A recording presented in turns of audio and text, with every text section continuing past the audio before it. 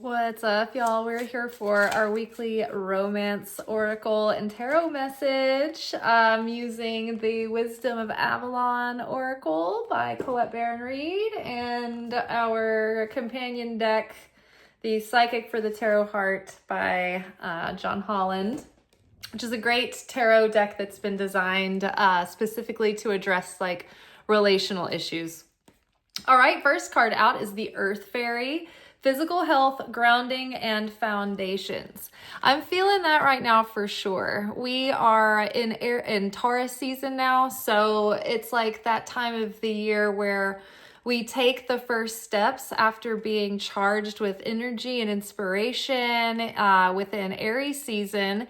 Now it's like we get to ground all that energy into the battery bank and take solid steps forward towards stability in Taurus. Now, Uranus is leaving Taurus and entering into Gemini. And so this has been a transit that I think that they said has been going on since like 2018, which if you think about Uranus being like revolutionary and, you know, upsets and unexpected things and lightning strike situations, it keeps everything in a state of like unsettled and unrest. It's sudden change, it's evolution. So I think that we've probably been challenged over the last few years as far as, you know, searching for stability, what we consider to be the foundations of our stability, how we relate to that. And I think that if you're anything like me, I felt very challenged in finding or settling into any stability, although that has been something on the forefront of my consciousness through which I've been cultivating. I have grown more stability than I've had in my life, but it still hasn't been truly settled in. So Uranus is leaving that energy, and it's kind of like when you're cutting claws or cutting teeth in a very challenging environment. It creates a hardy crop. It creates a hardy specimen or a person, an individual who can navigate the challenges, who is, you know, evolved a strength in the qualities that it takes to meet that criteria, those circumstances. So I feel that using the muscles that we've built over the last, how many years was that? If it was 2018 and it's 2026 now, like 19, 20, 21, 22, 23, 24, 25, like 8 years ago. So, you know, it's, if you've been feeling like you've been treading water, but trying really hard, could be because Uranus has been in whatever house that Taurus is in for you.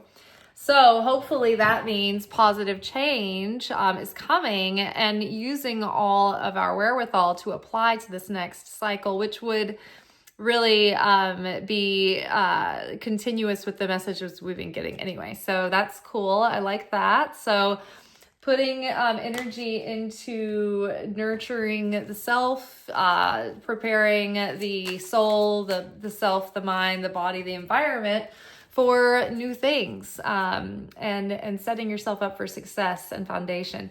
Independence and healthy boundaries. So amazing. So like I said, you know, in order to, like, if we're looking at this in terms of romance and new relationships and new forms of love in our life, then we are setting the groundwork to allow these things to enter. And we're focusing right now on our physical health, grounded action, developing a home and a life that you could invite someone into, right? If you've been kind of addicted to relationships and love, you might need to feel that level of independence and boundary so that you don't lose yourself into another person when they enter your life.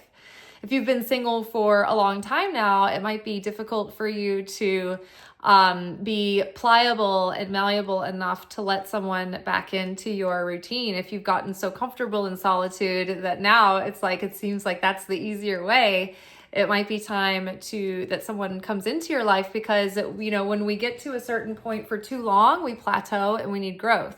So if we are dependent on relationships for too long, the growth will require us to learn to be comfortable in solitude and embrace that and find our independence. And then once we get to a certain point of comfort there, then things need to be shaken up again.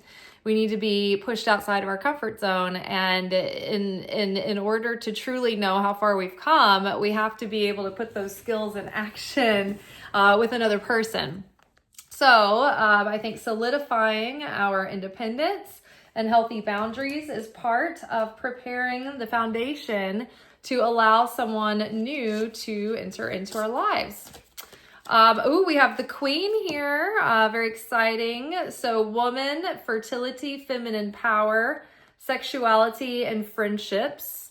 So nurture your emotional connections all across the board. Exercise that emotional intelligence, right? Embrace your friendships. Do, spend time nurturing, those networks of support so that you aren't looking to a partner to provide every single thing for you. And, when we're isolated and we enter into a relationship, we can tend to cling too tightly to that person because they become everything, the whole source of our, fulfillment. And that's why healthy relationships occur when two individuals both have a healthy circle of social networks and friends and people that they trust around them and good influences and people that promote healthy habits and self-image and the values that we all share. So nurturing your network of friends and people who care about you the way you are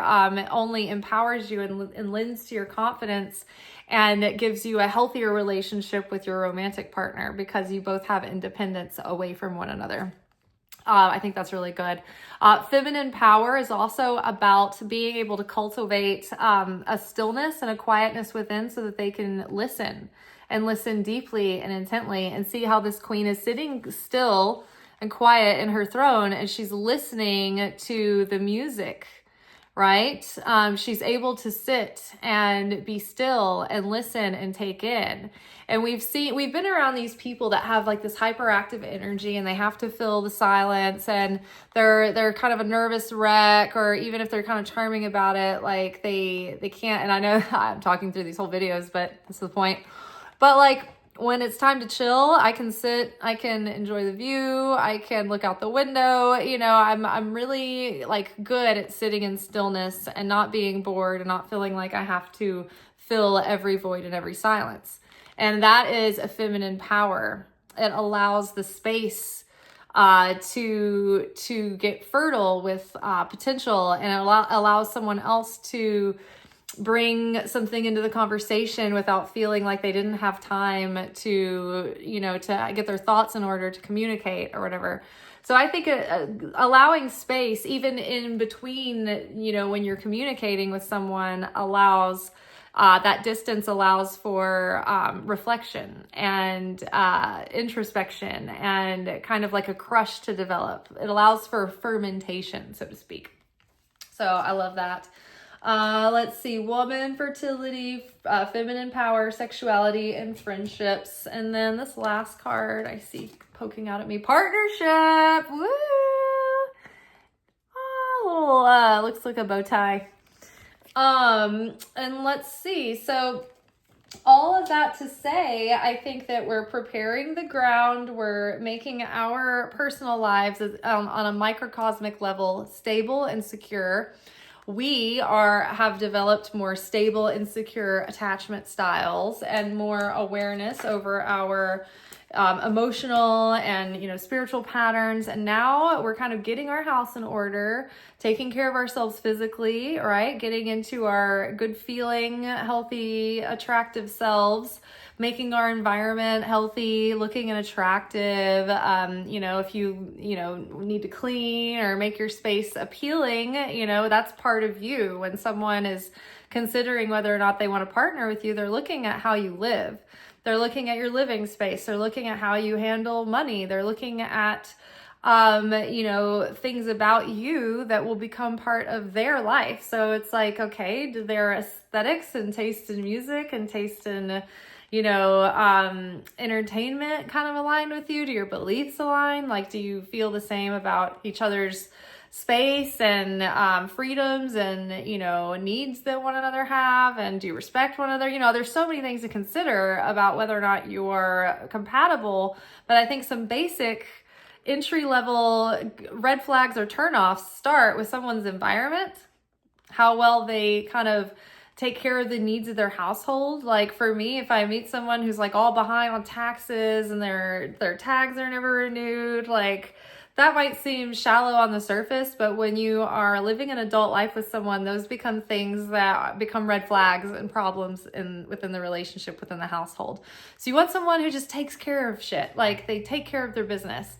In the proverb, the woman of valor, it says she takes care of the affairs of her household, or she oversees the affairs of her household. But it means that she stays on top of things, right? And this isn't just gender related, because when the scriptures talk about like a female, they're usually referring to the universal human soul, because in relation to God, we are all the female, whether you're male or female. So we're all the feminine when in relation to God. So just food for thought there. All right, so this card is going to emphasize our Earth Fairy. Spread your wings. Okay, this week we did have the Two of Wands come up in our Monday reading.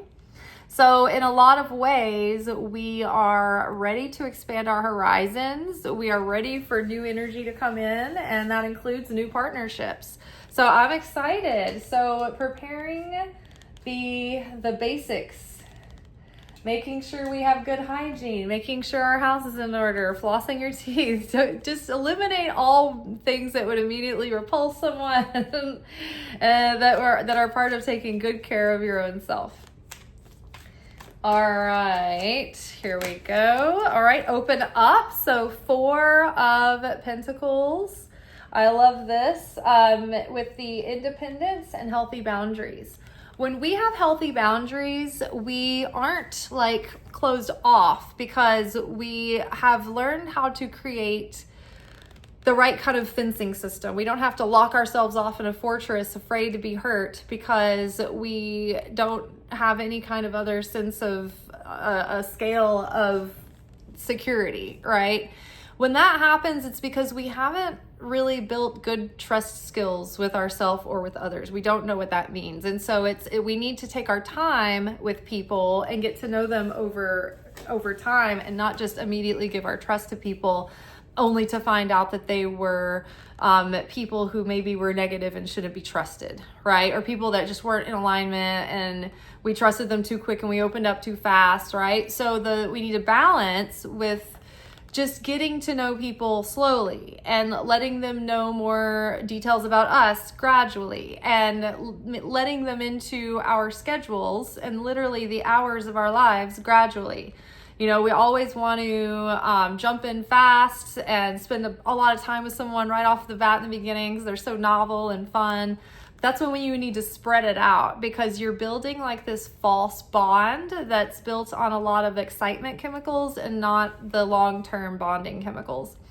So then, we trust people too fast, and then we get burned, and then we feel like we can't trust anyone. And so then we have like these subconscious defense mechanisms. So being able to establish healthy boundaries and be independent and be happy enough with acceptance in our current present situation, right? We want more, but we're happy enough on our own, and we don't need to add anything to it. So we don't have any rush.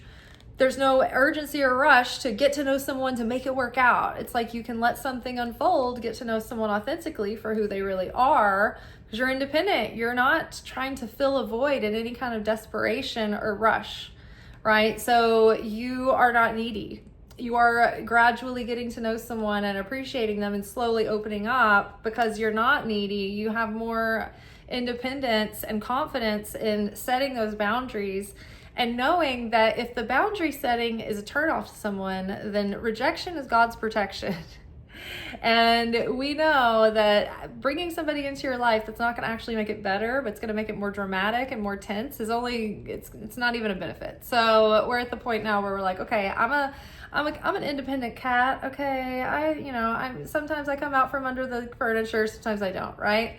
So I come out from under the furniture when things are aligned and truly compatible, but I'm not going to just force that to happen. I'm not going to reveal too much too soon. This is going to happen gradually. And that way, when I build trust with myself and I can establish boundaries with other people and keep them, as well as establishing boundaries with myself and keeping them, upholding my standards and those kinds of things, then I trust myself to allow other people in, right? And it's easier to open up.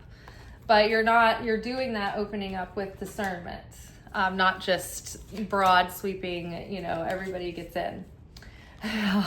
No pun intended. Okay, so let's get more information on the Queen here.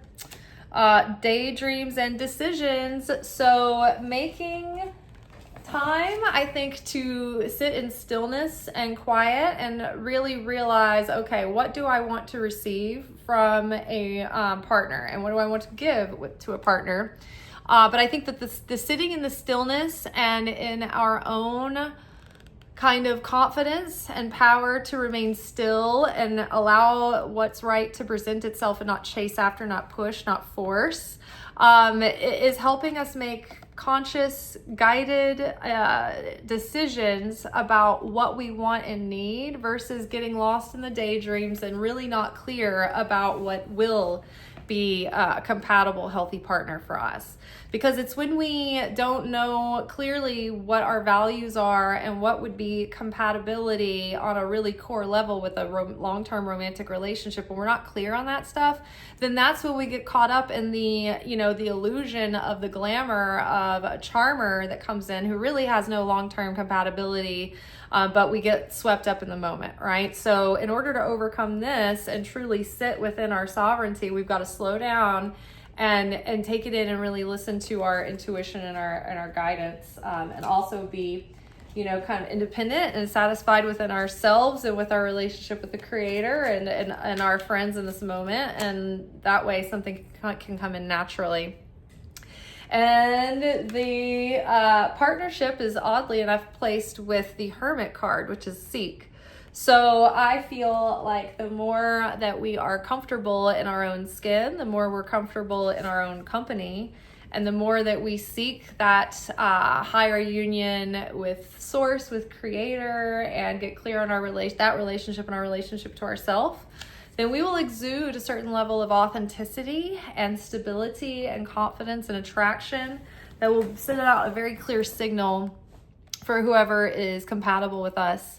And it will also send out a very clear signal to those who are not compatible with us. And it will act as sort of like a security system. And the people who would normally be wasting your time need not apply. Okay. All right, you guys, that is all for today. We'll see you tomorrow for our weekend reflection message. Peace.